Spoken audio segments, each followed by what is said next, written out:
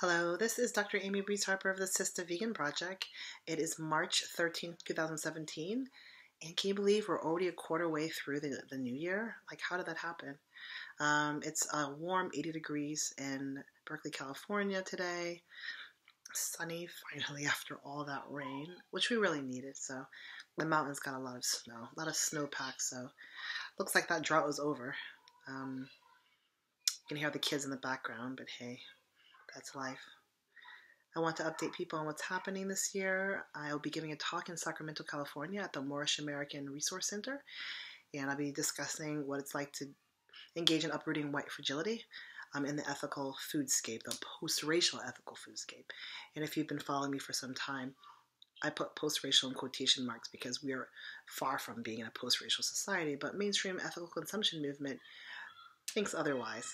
So I discussed that, what the consequences of that type of thinking is, and also talking about things like racial battle fatigue and how it's possible that people who consider themselves ethical vegans, who mostly identify as white, can still engage in behaviors that have racist impact, even though they themselves don't consider themselves racist, and what that means for people of color.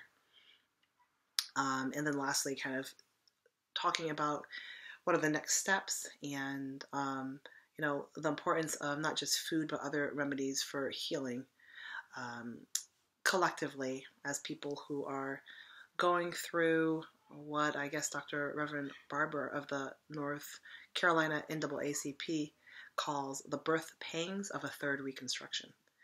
So I'll be talking about a lot of that, and hopefully people who attend the talk will come out with a few tools for themselves to be part of this this movement, this continuum of going against systemic racism and other isms that have been detrimental to the health and overall communities of color, of African American people.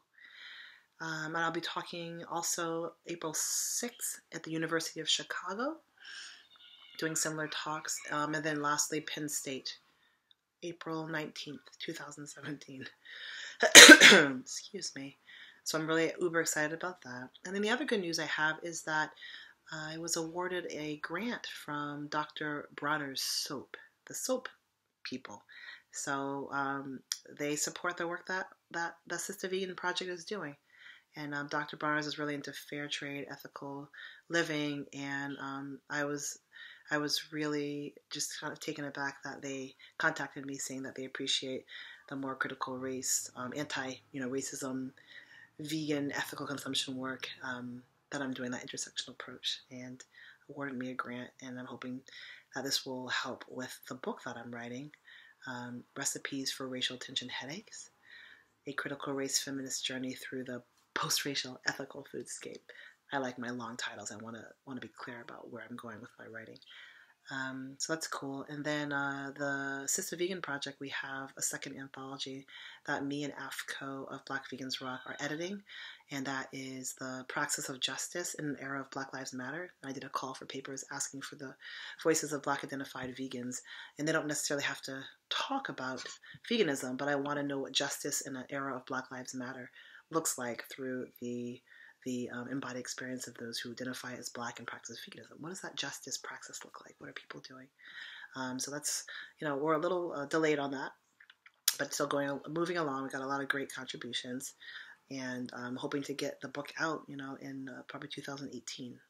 And once again, just uber excited to be working with AFCO of Black Vegans Rock, a very amazing intellectual, activist, scholar, just really ahead of her time in terms of how she thinks about justice for human beings and also non-human animals. So really, really honored to be on a project with her. So that's what's going on for 2017, the Sista Vegan Project. And our little boy is now 4 months old, and I remind people that he was born 10 pounds on a vegan diet, so it's pretty cool. I know it's all different weights that babies can be born on, but just for those that continue to be skeptical about, your baby this or that, just a reminder, you can be on any type of diet and your baby can be born in any type of weight. Like, it doesn't matter. It matters like the many things, genetics, chemicals in the environment, nutrition. I mean, many things. You never know. So pretty cool that he was born at 10 pounds. Like, ooh, that hurt. So those are the kids, and this is life. This is life happening. The kids are coming in, and this is me. This is me doing it, Dr. Amy Breeze Harper / Mama.